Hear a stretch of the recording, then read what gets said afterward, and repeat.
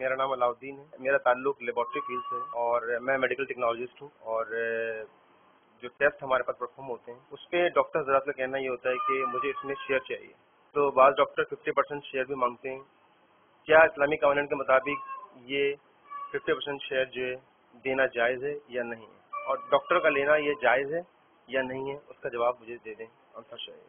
یہ لیبارٹریوں کے ساتھ بھی بعض ڈاکٹر ترکیب کرتے ہیں، اس سے دوا کی کمپنیوں کے ساتھ بھی ترکیبیں کرتے ہیں اور ان کو باقاعدہ ہدف دیا جاتا ہے کہ اتنی دوائیں بکواؤ گے تو تمہیں یہ ملے گا. یہاں تک کہ بعضوں کا ریٹرن ٹکٹ دیتے ہیں کسی ملک کا، تو اے سی دیتے ہیں، تو کار، تو فریج، نقد رقم، اس طرح کی ترکیبیں ان کی ہوتی ہیں ڈاکٹروں کی. اسے لیبارٹری میں 50% جیسے ڈاکٹر مانگتے ہیں تو ہم تمہارے پاس بھیجیں گے.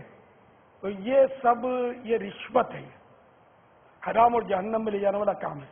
دینا بھی گناہ، لینا بھی گناہ.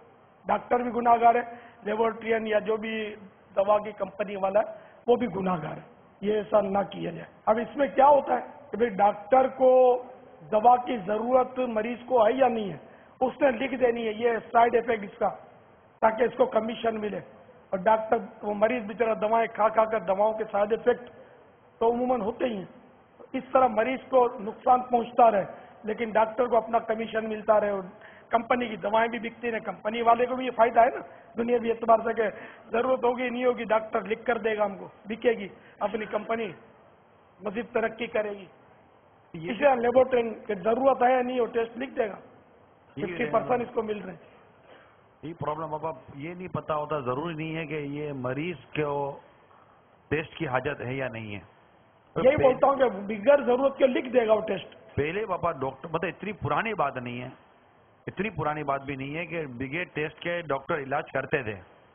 میڈیکل جتنا ایڈوانس ہوتا جا رہا ہے اسی قدر لیبارٹری ٹیسٹ کے پروسیجر بھی بڑھتے چلے جا رہے ہیں. میری ایک ڈاکٹر سے بات ہوئی تھی، کہہ رہے تھے بیماریاں بڑی نئی نئی اور عجیب عجیب آ گئی ہیں. اب عجیب عجیب اور نئی نئی بیماریاں شاید اتنی نہیں ہیں جتنی انہوں نے ٹیسٹ بڑھا دی ہیں. لیبارٹریز دھڑا دھڑ بنتی چلی جا رہی ہیں. پھر لیبارٹری سستی نہیں بنتی، لیبارٹری بھی کروڑ روپے میں بنتی ہوں گی. اب لیبارٹری چلانے کے لیے مین ہے ڈاکٹر. ڈاکٹر یہ سوچے بابا اتنی بڑی اس کی پوسٹ ہے، اس کا معاشرے میں اتنا مقام ہے، یہ ایک لیبارٹری کا سیلز مین بنا ہوا ہے. ایک لیبارٹری کے لیے وہ بروکری کرے گا بیچارہ ڈاکٹر، یہ چوٹ کرنے کے لیے کر رہا. وہ الگ وہ جو رشوت کا کہہ رہے وہ تو کتنا بھیانک جرم ہے کہ اتنا مطلب لوگ اس کے شعبے کی کتنی عزت کرتے ہیں. آپ لکھ کر دیتے ہیں، مریض آپ سے پوچھتا نہیں ہے کہ یہ گولی کیا، آپ کی لکھی ہوئی گولی کو مریض کھا لیتا ہے. یار مطلب بالکل آنکھ بند کر کے جو مریض آپ پر اعتماد کرتا ہے، آپ اس مریض کے اعتماد کو یوں مطلب کہ پیسوں تلے کچل دیتے ہو گے تو کیسے کام چلے گا. تو میری تو تمام ڈاکٹروں سے مدنی التجا ہے، برائے کرم برائے کرم برائے کرم، اتنا علاج مہنگا، اتنا علاج مہنگا، اتنا علاج مہنگا ہے کہ مت پوچھیے بات. عام آدمی کی کمر ٹوٹ جاتی ہے. بچہ بیمار ہوتا ہے تو اس کی بیماری کو دیکھا جاتا ہے، ماں باپ بیمار ہو جائیں گے اب، کیونکہ اس کے علاج پہ خرچہ بہت آ جائے گا. تو اگر ہو سکے تو جو دیانت داری ہے اس کو اختیار کرنا چاہیے.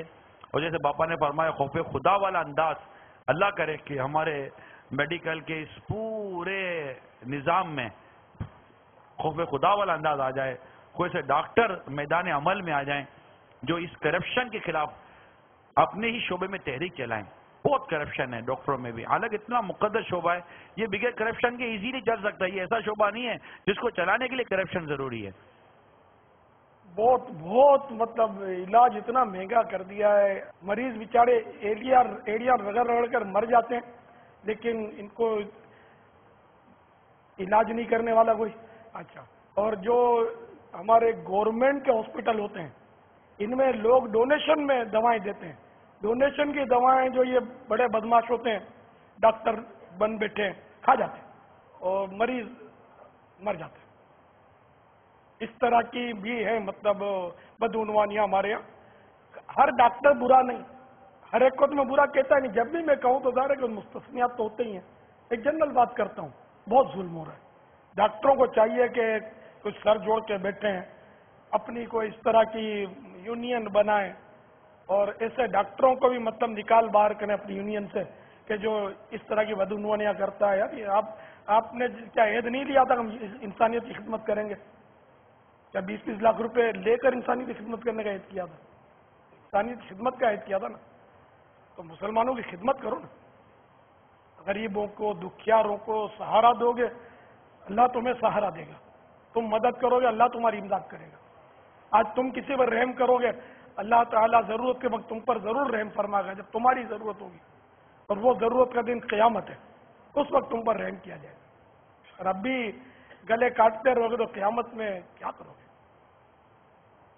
میری سب ڈاکٹروں سے مدنی التجا ہے کہ مہربانی کر کے غریبوں پر رحم کریں. اسی طرح میڈیکل اسٹور والوں سے بھی التجا ہے، نقلی دوائیں نہ دیں ان کو، اصلی دوائیں دیں، کم نفے پر ان بیچاروں کو دیں، خدمت کریں. کچھ بجٹ ایسا بنائیں کہ میں اتنی دوائیں غریبوں کو دوں گا، اتنے مفت علاج کروں گا، اور اس طرح کا اتنے انجیکشن مفت لگاؤں گا. کچھ بجٹ میں تو نکالیں، گنجائش نکالیں غریبوں کے لیے.